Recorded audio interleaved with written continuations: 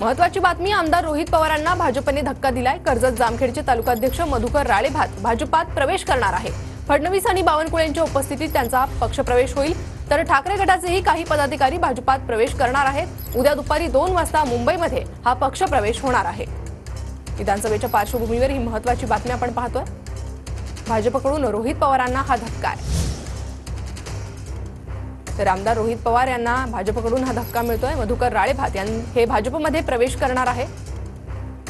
कर्जत जामखेडचे ते तालुकाध्यक्ष आहे, तर फडणवीस आणि बावनकुळेंच्या उपस्थितीत ते प्रवेश करणार आहेत। तर ऐन विधानसभा निवडणुकीच्या तोंडावर रोहित पवार यांना हा धक्का मानला जातोय, तर ठाकरे गटाचेही काही पदाधिकारी भाजपमध्ये प्रवेश करणार असल्याची माहिती समोर येते। आज दुपारी 2 वाजता हा पक्षप्रवेश सोहळा होणार आहे।